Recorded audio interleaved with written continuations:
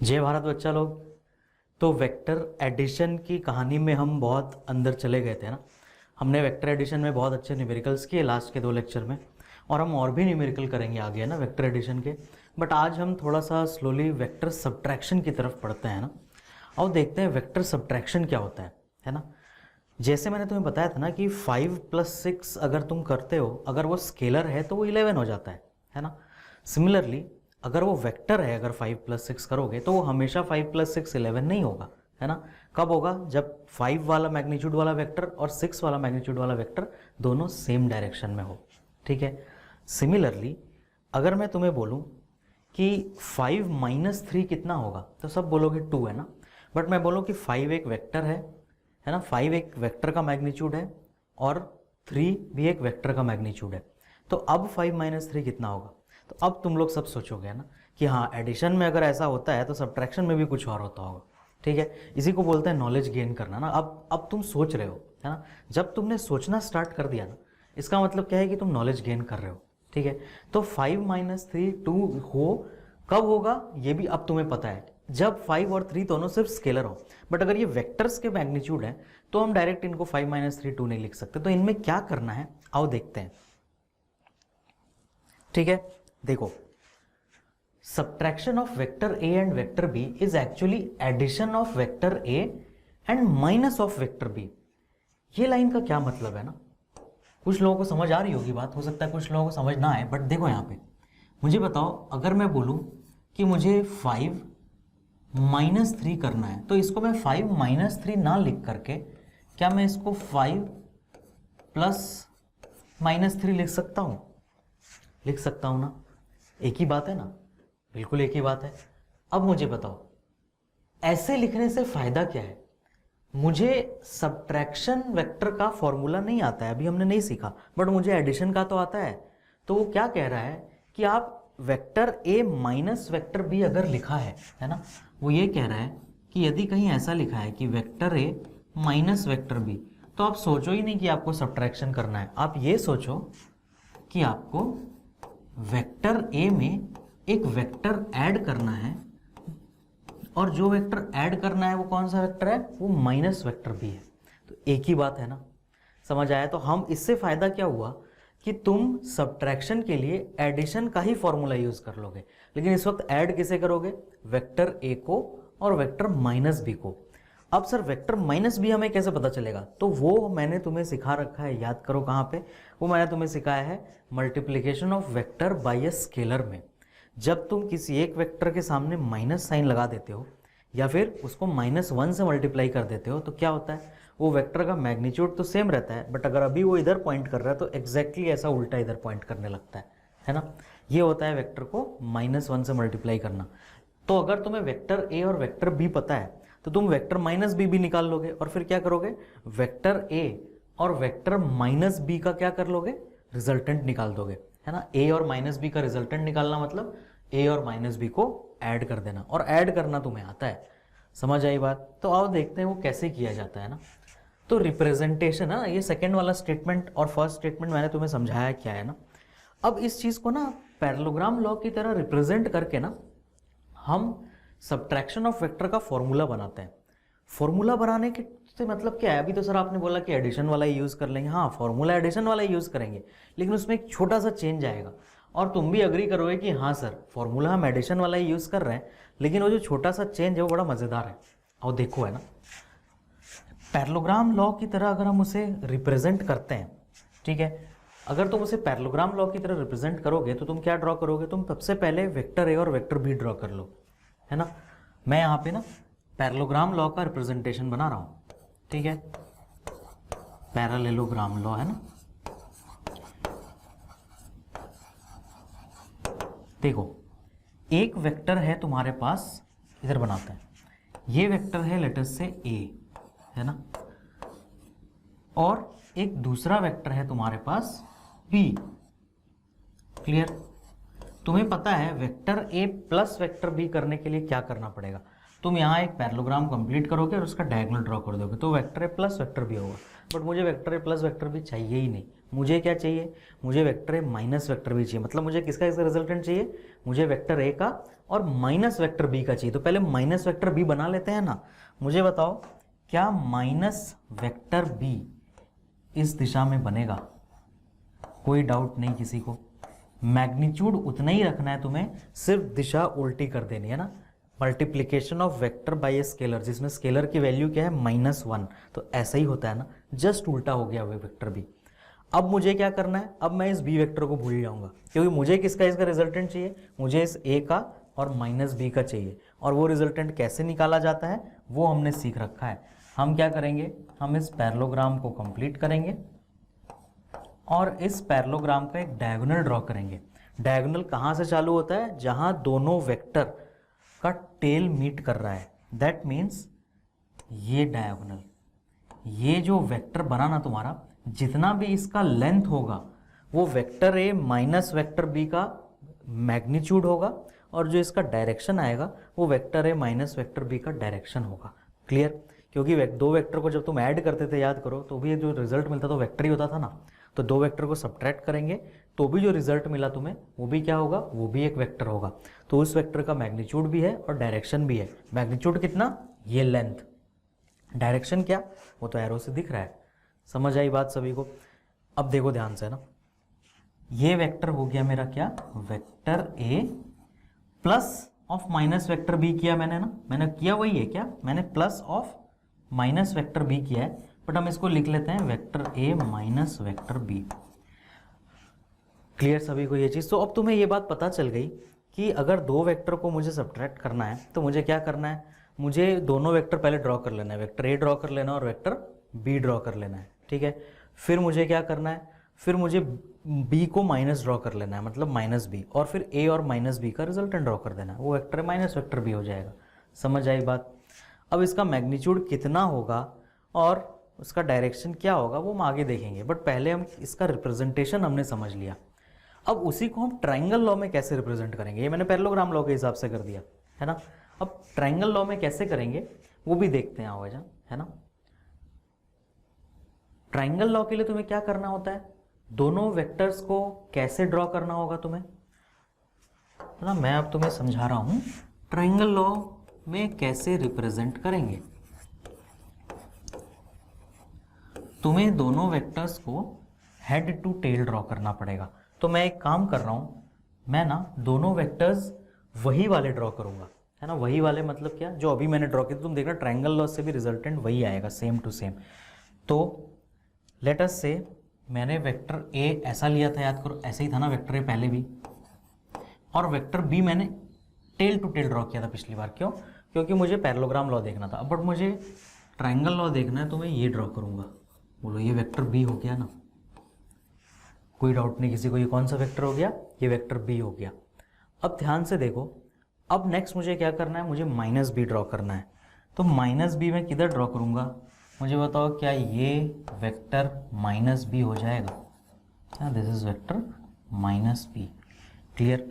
अब मुझे बताओ, ये ए है, ये माइनस बी। अब इस बी को भूल जाओ, क्यों, अब तुम्हें किसका रिजल्टेंट चाहिए, इस ए का और इस माइनस बी का। तो अब उस बी को भूल जाओ तुम्हें ना।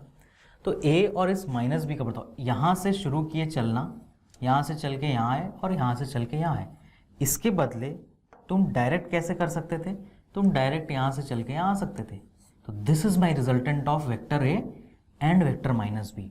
तो ये जो लाइन हो गई मेरी, ये वेक्टर ए, लाइन नहीं सॉरी, ये जो एरो हो गया मेरा, वो vector A minus vector B को। तुम देख लो एग्जैक्टली ये वही एरो बना है, ये वही वाला एरो है जो तुमने पैरेललोग्राम लॉ में भी ड्रॉ किया है। देख लो ये वही सेम एरो है ना। ये ट्रायंगल लॉ में बना और वो पैरेललोग्राम लॉ में बना।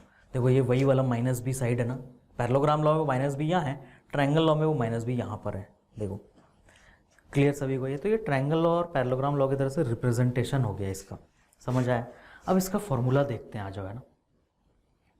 ठीक है, फॉर्मूला फ्रॉम पैरेललोग्राम लॉ। तो सिर्फ एक ही फॉर्मूला हम देखेंगे, ट्रायंगल लॉ में नहीं जाएंगे। तुम्हें सबको पता है क्या कि एक ही फॉर्मूला आने वाला है ना, चाहे हम ट्रायंगल लॉ से करें चाहे हम पैरेललोग्राम लॉ से करें। क्यों? क्योंकि वेक्टर वही बन के आता है। तो आओ देखते हैं ना। तो उसी वेक्टर को आओ ड्रॉ कर लेते हैं। ये मेरा वेक्टर ए था ठीक है, ये मेरा वेक्टर बी था। तो मुझे क्या वेक्टर ड्रॉ करना है नेक्स्ट? मुझे वेक्टर ड्रॉ करना है माइनस बी। तो मैंने ड्रॉ कर लिया वेक्टर माइनस बी। ठीक है, अब let us say theta is angle between vector A and vector B, है ना। क्वेश्चन में क्या दिया उसने? वेक्टर ए ये है, वेक्टर बी ये है, और वेक्टर ए और वेक्टर बी के बीच का जो एंगल है वो थीटा है ना। वेक्टर ए और वेक्टर बी के बीच का एंगल कितना है? वो थीटा है। अब ध्यान से देखो, है ना, अगर वेक्टर ए और वेक्टर बी के बीच का एंगल थीटा है तो वेक्टर ए और माइनस वेक्टर बी के बीच का एंगल कितना हो जाएगा? क्या वो 180 माइनस थीटा हो जाएगा? है ना, ऐसा हमेशा होगा। जब भी तुम ड्रॉ करोगे वेक्टर ए और वेक्टर बी के बीच का एंगल अगर थीटा होगा तो वेक्टर ए और माइनस वेक्टर बी के बीच का एंगल कितना हो जाएगा? 180 माइनस थीटा। ये ट्विस्ट है क्वेश्चन में एक्चुअली। अब मुझे क्या करना है? अब मैं वेक्टर बी को भूल जाना है। मुझे रिजल्टेंट किसका चाहिए? ए का और माइनस बी का। तो मुझे बताओ, मुझे करना तो मैग्नीट्यूड ही है ना। लेटस से मैं ये बोलता हूं कि vector C is equal to vector A minus vector B, या फिर इसी को हम क्या लिखते हैं? Vector A plus minus of vector B. तो ये जो वेक्टर सी है इसके मैग्नीट्यूड का क्या फॉर्मूला होगा, जिसको हम रिजल्टेंट भी कहते हैं ना। तो ये रिजल्टेंट की वैल्यू क्या होगी इस बार जब तुम ए और माइनस बी को ऐड करोगे? तो तुम ए और माइनस बी के बीच का एंगल देखोगे ना, क्योंकि दो वेक्टर ऐड होते हैं, है ना। याद करो फॉर्मूला क्या था? A square plus B square plus 2ab cos theta, where theta is angle between vector A and vector B. तो वहां तुम ए और बी ऐड कर रहे थे, यहाँ मैं किसको ऐड कर रहा हूँ? मैं ए और माइनस बी को ऐड कर रहा हूँ। तो अब मैं कौन सा एंगल लूंगा? तो अब मैं ए और माइनस बी के बीच का एंगल लूंगा जो कि 180 माइनस थीटा है, where theta is angle between A and B. समझ आया? अगर ए और बी के बीच का एंगल थीटा है, मैं थीटा सिर्फ कब यूज करता?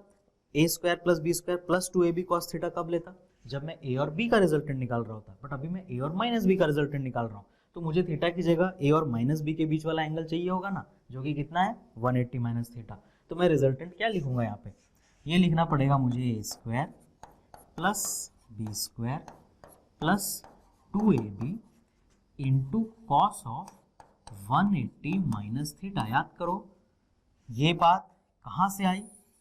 हमने रिजल्टेंट का फॉर्मूला पढ़ा है, A square plus B square plus 2ab cos theta, where theta is angle between vector A and vector B. तो जो दो वेक्टर तुम ऐड करते हो, जिन दो वेक्टर्स का हम रिजल्टेंट निकाल रहे हैं, उनके बीच का एंगल। तो यहाँ हम किन दो वेक्टर्स को ऐड कर रहे हैं? हम ए और माइनस बी को ऐड कर रहे हैं। तो थीटा की जगह मुझे ए और माइनस बी के बीच का एंगल लिखना है, जो कि 180 माइनस थीटा है। समझ आया? और वो क्वाड्रेंट वाले रूल से, है ना, क्वाड्रेंट वाले रूल से cos 180 माइनस थीटा क्या होता है सोचो, है ना। अब ये सारी चीज़ें तुम्हें माइंड में तुरंत आनी चाहिए। cos 180 माइनस थीटा होता है माइनस कॉस थीटा। ठीक है, तो मेरा जो फॉर्मूला बना वो क्या बन गया, है ना। हमारा जो फॉर्मूला बना रिजल्टेंट का, जब हम वेक्टर ए और माइनस वेक्टर बी को ऐड करेंगे, फॉर्मूला बनेगा A square plus B square minus 2ab cos theta, है ना। माइनस का आगे माइनस आ गया और माइनस 2ab कॉस थीटा का अंडर रूट। ये है हमारा रिजल्टेंट का फॉर्मूला जब तुम दो वेक्टर को क्या कर रहे हो? सब्ट्रैक्ट। किसको किसको सब्ट्रैक्ट किया तुमने? ए और बी को। ए और बी को सब्ट्रैक्ट करने का मीनिंग क्या है? ए और माइनस बी को ऐड करना। ठीक है, very very very important point यहाँ पे क्या है कि यहाँ पे थीटा की जगह तुम्हें कौन सा एंगल लेना है? तुम्हें थीटा की जगह angle between vector A and vector B लेना है। समझ आई बात सभी को? तो ये तुम्हारा पूरा का पूरा फॉर्मूला हो गया वेक्टर ए और वेक्टर बी का। ठीक है, कि कैसे हम वेक्टर ए और वेक्टर बी को फॉर्मूले की तरह रिप्रेजेंट करेंगे। ठीक है, vector A minus vector B को। क्लियर? इसका डायरेक्शन क्या होगा वो भी तुम सिर्फ ड्रॉ करना सीखो। ठीक है, वो जो हमने लास्ट टाइम फॉर्मूला प्रूव किया था, कौन सा फॉर्मूला था तुम्हारा? टैन अल्फा वाला, है ना। वो टैन अल्फा वाला फॉर्मूले में सिर्फ तुम्हें क्या करना है? तुम्हें जहां जहां पे थीटा आ रहा था सबकी जगह 180 माइनस थीटा कर देना। तो मैं चाहता हूँ फॉर्मूला तुम खुद ही लिख लो। ठीक है, जहां जहां पे थीटा आ रहा था उस टैन अल्फा वाले फॉर्मूले में, है ना। टैन अल्फा कौन सा अल्फा? इस रिजल्टेंट का डायरेक्शन। किस रिजल्टेंट का डायरेक्शन? इस रिजल्टेंट का डायरेक्शन, है ना। जो ये रिजल्टेंट बनेगा तुम्हारा vector A minus vector B, ये ना vector A minus vector B, ये तुम्हें एंगल अल्फा कौन सा एंगल देता था, ये अल्फा एंगल यहाँ पे कौन सा एंगल होगा, वो ये वाला अल्फा एंगल होगा ना, दिस विल बी अल्फा, है ना, जो कि ए वाले वेक्टर से बनाता है रिजल्टेंट, है ना, वो अल्फा होता है। उसी ए को हम पहले पी लिख रहे थे ना, यहाँ पे हमने ए लिखा है, क्लियर। तो वो अल्फा के फॉर्मूले में जहाँ जहाँ थीटा आ रहा है वहाँ पे तुम क्या कर दोगे 180 माइनस थीटा, तो क्या फर्क पड़ेगा, sine 180 minus theta sine theta ही रह जाएगा, क्योंकि सेकंड क्वाड्रेंट में साइन पॉजिटिव होता है, बट जहाँ कॉस 180 माइनस थीटा आएगा वो माइनस कॉस थीटा हो जाएगा, क्लियर। तो ये तुम्हारा रिजल्टेंट हो गया किसमें, जब तुम दो वेक्टर को सब्ट्रैक्ट कर रहे हो, है ना। अब आगे बढ़ते हैं, एक एग्जाम्पल करते हैं, थोड़ा भावनाओं को समझते हैं रिजल्टेंट के, ठीक है। Find vector A minus vector B if A equal to 3 units due south and B is equal to 4 units due 30 degree north of west. तुम्हें vector A minus vector B का सिर्फ मैग्नीट्यूड चाहिए latest से, है ना। अभी हम direction की बात ही नहीं कर रहे, हम क्या करेंगे, हम सिर्फ मैग्नीट्यूड निकालेंगे, क्लियर। तो मैग्नीट्यूड हम कैसे निकालेंगे देखो, है ना, तुम्हें या इस क्वेश्चन में तुम ऐसा चेंज कर लो, vector A minus vector B नहीं निकालना तुम्हें vector A minus vector B का मैग्नीट्यूड चाहिए, ठीक है। तो सबसे पहला काम क्या है, हमारा फॉर्मूला माइंड में होना चाहिए, फॉर्मूला है A square plus B square minus 2ab cos theta, मतलब मुझे ए का मैग्नीट्यूड चाहिए, मुझे बी का मैग्नीट्यूड चाहिए, और मुझे ए और बी के बीच का एंगल चाहिए। तो कैसे निकाला आता है वो हमें आता है, आओ कैसे करते थे हम, है ना, डायरेक्शंस ड्रॉ कर लो, ईस्ट वेस्ट नॉर्थ साउथ सभी को पता है ना, इधर ईस्ट इधर वेस्ट, ऊपर नॉर्थ नीचे साउथ। तो पहला वेक्टर है 3 यूनिट्स ड्यू साउथ, तो उसको ड्रॉ करते हैं, vector A is 3 units due south, this is vector A जिसका मैग्नीट्यूड कितना है 3, और इसकी दिशा क्या है साउथ की तरफ, है ना, नीचे हमारा साउथ होता है, क्लियर। इसको लिख लेते हैं साउथ ईस्ट वेस्ट नॉर्थ। फिर वेक्टर बी क्या है 4 units due 30 degree north of west, 4 magnitude 4, अच्छा ड्यू मतलब क्या, जब हम पहले टुवर्ड्स लिख रहे थे ना उसी को यहाँ पे ड्यू, ऐसे बुक में इस टर्म्स में क्वेश्चन होता है, तो अगर तुम कभी आगे तुम्हें जब क्वेश्चन सॉल्व करना स्टार्ट करोगे तुम किसी बुक से, तो तुम्हें ना ये ड्यू का मीनिंग समझ में आना चाहिए। ड्यू का मीनिंग सिंपली क्या है, ड्यू का मीनिंग सिंपली है टुवर्ड्स, ठीक है। अब 4 unit 30 degree north of west, 30 degree मतलब वेस्ट से नॉर्थ की तरफ, है ना, वेस्ट से नॉर्थ की तरफ, इसका मतलब वेस्ट से नॉर्थ की तरफ 30 डिग्री, ये है मेरा 30 डिग्री, और मैग्नीट्यूड कितना है इसका 4, कौन सा वेक्टर है ये है वेक्टर बी। क्या मुझे बताओ, इस डायग्राम से हम इजीली वेक्टर ए और वेक्टर बी के बीच का एंगल निकाल सकते हैं, बिल्कुल निकाल सकते हैं, कितना है वो 30 प्लस 90 120। तो फॉर्मूले में क्या करना है तुम्हें, ध्यान रखना, तुम 180 माइनस 120 60 मत लिख देना, क्योंकि फॉर्मूले मैंने तुम्हें क्या लिखाया था, मैंने तुम्हें क्या बोला था कि इस फॉर्मूले में थीटा क्या है, angle between vector A and vector B. जब तुम फॉर्मूला ये यूज़ करोगे, है ना, इस फॉर्म में जब फॉर्मूले को यूज़ करोगे तो तुम्हें वेक्टर ए और वेक्टर बी के बीच का एंगल चाहिए, इसीलिए हर फॉर्मूले को लिखने के बाद साइड में टर्म का मीनिंग, थीटा क्या है, angle between vector A and vector B, ये काम करने की आदत डालो, ठीक है। बोलो कितना एंगल है यहाँ 120, तो बहुत आसान काम है ना हमारे लिए। रिजल्टेंट क्या हो गया, रिजल्टेंट हो गया ए स्क्वायर मतलब 3 स्क्वायर प्लस बी स्क्वायर मतलब 4 स्क्वायर माइनस 2 इंटू ए का मैग्नीट्यूड इंटू बी का मैग्नीट्यूड इंटू कॉस 120 डिग्री, है ना, ये 90 और इधर 30, कॉस 120 डिग्री 120 डिग्री, है ना, और ये सब के ऊपर क्या लगेगा एक स्क्वायर रूट। तो ये हो गया तुम्हारा 9 16 25 माइनस बोलो 6 24 और cos 120 की वैल्यू माइनस हाफ, ठीक है। तो बताओ ये क्या हो जाएगा, ये -12 आएगा, बट माइनस माइनस प्लस हो जाएगा, और तुम्हारा आंसर होगा √37। This is your answer. Clear सभी को, बिल्कुल माइंड में डाउट मत रखना कि जब -2ab cos थीटा लिखते हैं तो थीटा क्या होता है, थीटा ए और बी के बीच का एंगल होता है, ठीक है। अब क्या करोगे, कुछ नहीं, क्वेश्चन हो गया खत्म, मैग्नीट्यूड निकालना था, क्या करना, मैं तुम्हें क्या करता हूँ, इससे ना डायग्राम में ड्रॉ, तुम एक काम करो, ये तुम्हारे सबके पास डायग्राम है बना हुआ ना, इसमें ये रिजल्टेंट जो है ना, ये vector A minus vector B कैसा बनेगा वो बना के दिखाओ पैरेललोग्राम लॉ से, है ना। जैसा मैंने यहाँ पे तुम्हें बना के दिखाया ना, ये वाला ऐसे, उस तरीके से यहाँ पे vector A minus vector B कैसा बनेगा, पॉज करके ट्राई करो और फिर मैं ड्रॉ करता हूँ, ठीक है। देखो कैसा बनेगा ना, माइनस वेक्टर बी किधर बनेगा, ये होगा माइनस वेक्टर बी, है ना। अब क्या करना है, अब इस पैरेललोग्राम को कंप्लीट करना है मुझे, किसको, ए और माइनस बी के पैरेललोग्राम को। तो कैसे कंप्लीट किया जाएगा ए और माइनस बी के पैरेललोग्राम को, उसका भी रूल सिखाया गया है। ए के पैरेलल लाइन खींचो, बी के पैरेलल लाइन खींचो, बोलो बन गया पैरेललोग्राम ये। अब ये डायगोनल कहाँ से बनेगा, दोनों का जहाँ पूंछ मिल रहा है, तो दिस इज द वेक्टर जो तुमने निकाला है। समझ आई बात, ये है वो vector, vector A minus vector B, जिसका लेंथ कितना है, अगर ये लेंथ 3 और ये लेंथ 4 है तो दिस लेंथ विल बी √37। ये रिजल्टेंट किसके किसके बीच में आया, ए और बी के बीच में नहीं आया, क्यों, क्योंकि ए और बी को थोड़ी ऐड कर रहे थे हम ए और माइनस बी को ऐड कर रहे थे, तो ए और माइनस बी के बीच में आएगा ना रिजल्टेंट, है ना। रिजल्टेंट हमेशा दो वेक्टर के कहीं ना कहीं बीच में ही आएगा, ठीक है।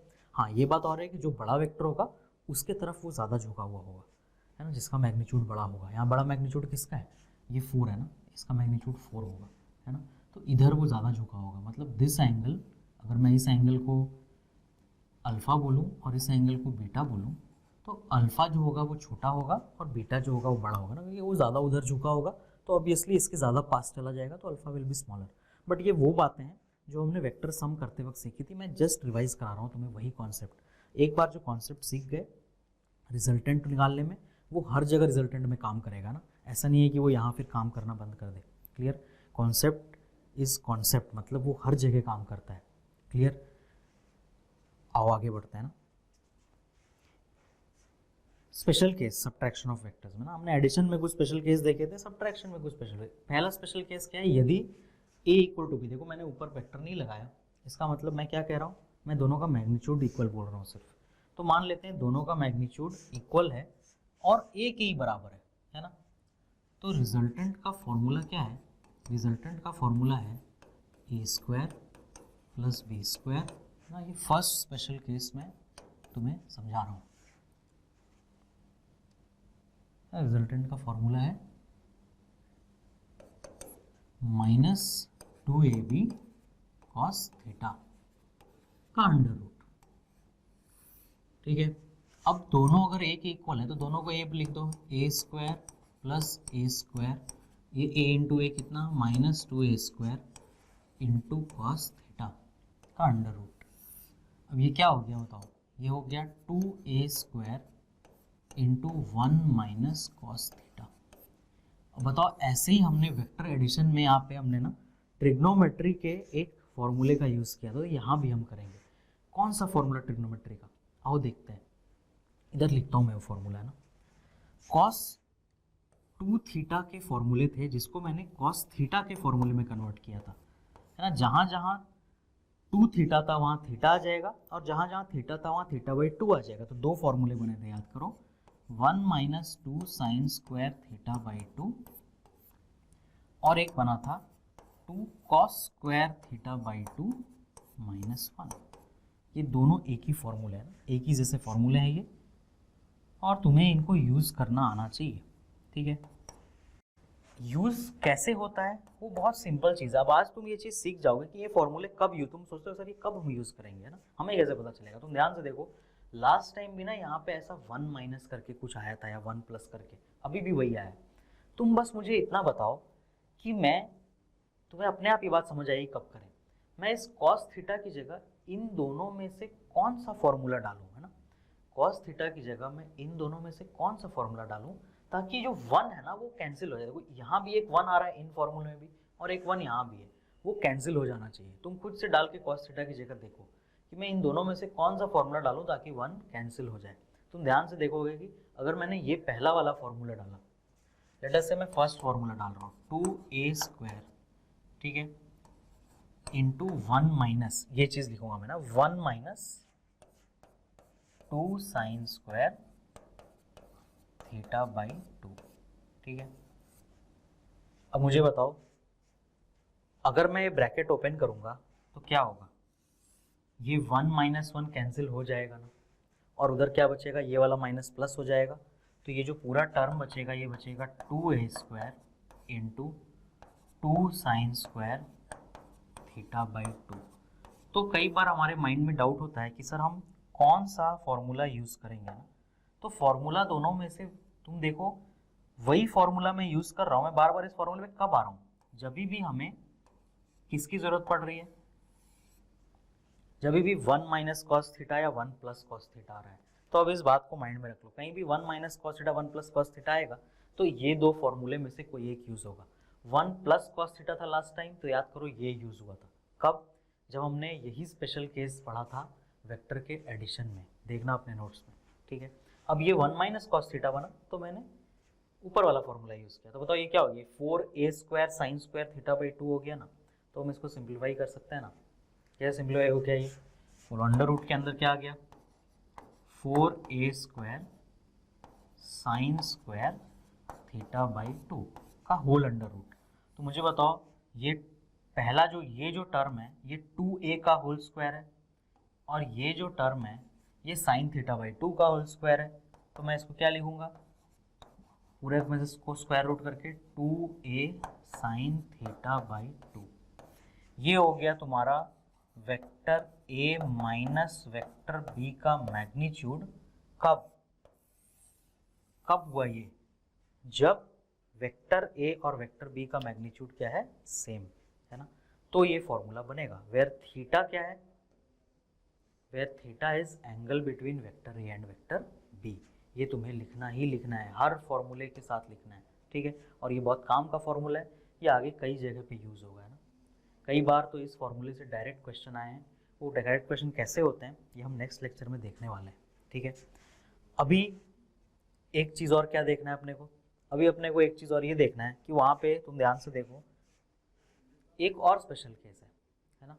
अगर a और b इक्वल हो और थीटा 180 डिग्री हो, है ना। a और b इक्वल तो है। फर्स्ट स्पेशल केस क्या था? फर्स्ट स्पेशल केस था कि a और b इक्वल हैं, बस थीटा क्या है उसने नहीं बताया। अब वो कह रहा है a और b तो इक्वल है ही, और थीटा क्या है? थीटा 180 डिग्री है, ठीक है। तो अगर a और b इक्वल हैं और थीटा 180 डिग्री है तो क्या होगा? क्लियर? तो मुझे बताओ, अगर a और b इक्वल है और थीटा अगर 180 डिग्री आया तो क्या होगा? पहले इस डेरिवेशन को देखो, हमने जो यहाँ पर किया है, ठीक है। तुमने क्या यूज़ किया? A square plus B square minus 2ab cos theta, ठीक है। A square plus B square minus 2ab cos theta, ठीक। तो A square plus B square minus 2ab cos theta अगर तुम करोगे तो उससे क्या हुआ ना, मैं बस ये डेरिवेशन तुम्हें फिर से समझा रहा हूँ जो हमने पहले किया है, अभी अभी जो हमने यहाँ बोर्ड पे किया। जस्ट इसको देख लो, ताकि हो सकता है किसी के माइंड में थोड़ा डाउट आ सकता है, तो उसको हम लोग देखते हैं। ए स्क्वायर प्लस ए स्क्वायर कैसे हुआ? b की वैल्यू a की इक्वल, a और a दोनों सेम, तो a इंटू ए स्क्वायर, तो 2a square into 1 minus cos theta. तो ब्रैकेट में क्या आ गया? 1 माइनस कॉस थीटा। अब मुझे बताओ, अगर मैं ये पहला फॉर्मूला डाल देता हूँ कॉस थीटा की जगह, तो कॉस थीटा की जगह क्या आ गया? 1 minus 2 sign square theta by 2, ठीक है। अब 1 minus 2 sign square theta by 2 में जब तुमने ये ब्रैकेट ओपन किया तो 1 माइनस 1 जो थे ये 1 और ये वाला 1, है ना। ये वाला 1 और ये वाला 1 क्या हो गए? कैंसिल हो गए, और ये माइनस प्लस 1 के बाहर आएगा ना, क्योंकि यहाँ ब्रैकेट है।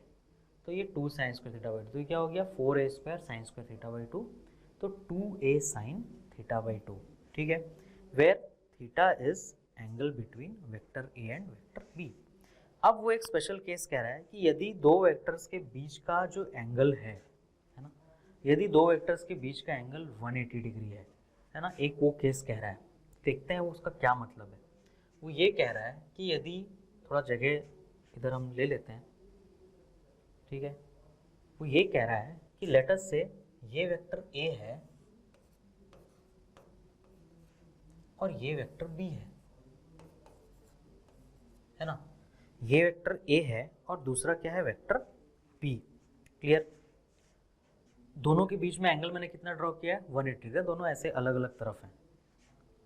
अब मुझे क्या करना है? मुझे यहाँ पे इस केस में वेक्टर a और वेक्टर b को सब्ट्रैक्ट करना है, क्योंकि हम सब्ट्रैक्शन ऑफ वेक्टर का स्पेशल केस पढ़ रहे हैं। तो मैं वेक्टर a और वेक्टर b को जब सब्ट्रैक्ट करने के लिए जाऊँगा तो मुझे क्या करना पड़ेगा? देखो, एक वो क्या कह रहा है कि a और b का मैग्नीट्यूड क्या है? ए और बी का मैग्नीट्यूड है सेम। तो यदि ए और बी का मैग्नीट्यूड सेम है तो मान लेते हैं इसका भी मैग्नीट्यूड 5 है और इसका भी मैग्नीट्यूड 5 है। तो याद करो यदि दो वेक्टर इस तरीके से हैं ए और बी, क्या मुझे ए और बी को ऐड करना है क्या? नहीं, मुझे ए और बी को ऐड नहीं करना। मुझे ए और बी को क्या करना है? मुझे ए और बी को सब्ट्रैक्ट करना है। तो यहाँ पे मैं तुम्हें एक बहुत ही इंपॉर्टेंट बेसिक कॉन्सेप्ट सिखाना चाहता हूँ जो तुम्हारे माइंड में हो सकता आ रही होगी, जो कुछ लोग शायद गलत सोच रहे होंगे। मुझे बताओ क्या यहाँ पे a माइनस बी जीरो होगा क्या? इस डायग्राम में दो वेक्टर ऐसे हैं, दोनों का सब्ट्रैक्शन जीरो होगा क्या? ये मेरा तुमसे क्वेश्चन है। क्या इन दोनों का सब्ट्रैक्शन जीरो होगा? नहीं होगा। इन दोनों का एडिशन जीरो होगा। क्यों? क्योंकि ये वेक्टर और ये वेक्टर को जब तुम ऐड करोगे, जो तुम रिजल्टेंट बनाओगे ना, वो जीरो आता है। याद करो हमने ये चीज़ कहाँ पे पढ़ी?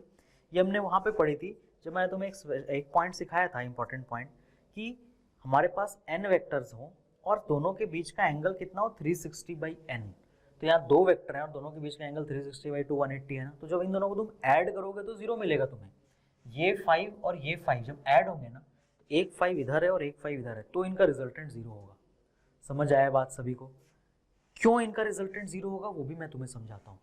मुझे बताओ क्या ये यहाँ पे जो वेक्टर b है, क्या यहाँ जो वेक्टर b है इसको मैं माइनस ऑफ वेक्टर a लिख सकता हूँ?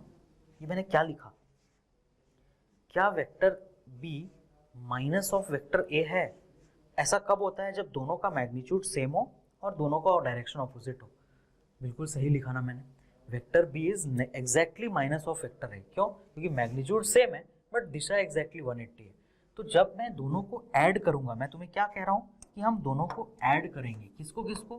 Vector a plus vector b को। तो मैं वेक्टर b की जगह क्या लिखूंगा? माइनस ऑफ वेक्टर है। बोलो b की जगह माइनस ऑफ a लिख सकते हैं ना? तो बताओ ये क्या आएगा? जीरो।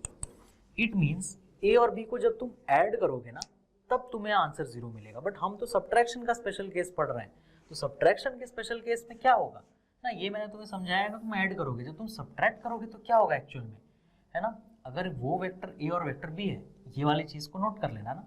ये जो बॉक्स में मैंने सिखाया, ये मैंने तुम्हें क्या सिखाया? ये मैंने तुम्हें ये सिखाया कि वेक्टर a और वेक्टर b का एडिशन जीरो होगा, सब्ट्रैक्शन जीरो नहीं होगा अगर दो वेक्टर ऐसे हैं तो। क्लियर? सब्ट्रैक्शन में क्या होगा? कोई बात नहीं, ये वेक्टर a है और ये वेक्टर b है, मुझे b को माइनस करना है तो मुझे माइनस b ड्रॉ करना पड़ेगा ना।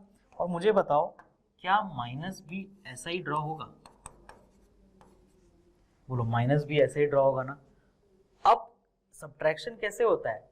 a और माइनस b को ऐड कर देते हो। अब बोलो इन दोनों को ऐड करोगे तो और वैल्यू बढ़ जाएगी ना। वैल्यू बढ़ जाएगी मतलब क्या? माइनस b किसके इक्वल है? माइनस b वेक्टर a के इक्वल है ना। तो मैं इस वेक्टर a और इस वेक्टर a को अगर ऐड करूंगा तो मुझे जो रिजल्टेंट मिलेगा, है ना, मैं कैलकुलेट क्या कर रहा हूँ? मैं vector a minus vector b calculate कर रहा हूँ। बट वेक्टर a और माइनस वेक्टर b को कैलकुलेट करने का मतलब क्या है कि a और माइनस b को ऐड करना। तो मैंने a बनाया, माइनस b बनाया और माइनस b a के बराबर ये हमने समझ लिया है। तो जब मैं इस a और इस a को ऐड करूंगा, क्या दोनों सेम दिशा में है? बिल्कुल है। तो इसका रिजल्टेंट क्या आएगा? मैं रिजल्टेंट वेक्टर ड्रॉ कर रहा हूँ यहाँ पे, ध्यान से देखो। क्या मैं a और a को यदि ऐड कर दूंगा तो जो मेरा रिजल्टेंट आएगा क्या वो 2a आ जाएगा? बोलो आ जाएगा ना 2a, क्योंकि a और a दोनों कैसे हैं? सेम दिशा में। तो a और a ऐड होके 2a हो जाएंगे ना। बात समझ आई सभी को ये चीज़? तो जब तुम सब्ट्रैक्ट करोगे तो इस केस में क्या होगा? a इक्वल टू b और थीटा जब 180 डिग्री है तो हम स्पेशल केस का रिजल्ट क्या लिखेंगे कि vector a minus vector b will be equal to 2 times vector a। समझ आया? क्लियर? अब मजे की बात, सर ये फॉर्मूला तो हमें मिल गया था जब a और b का मैग्नीट्यूड सेम है, तो क्यों ना यहीं पे हम थीटा की वैल्यू 180 डाल दें तो आंसर मिल जाएगा।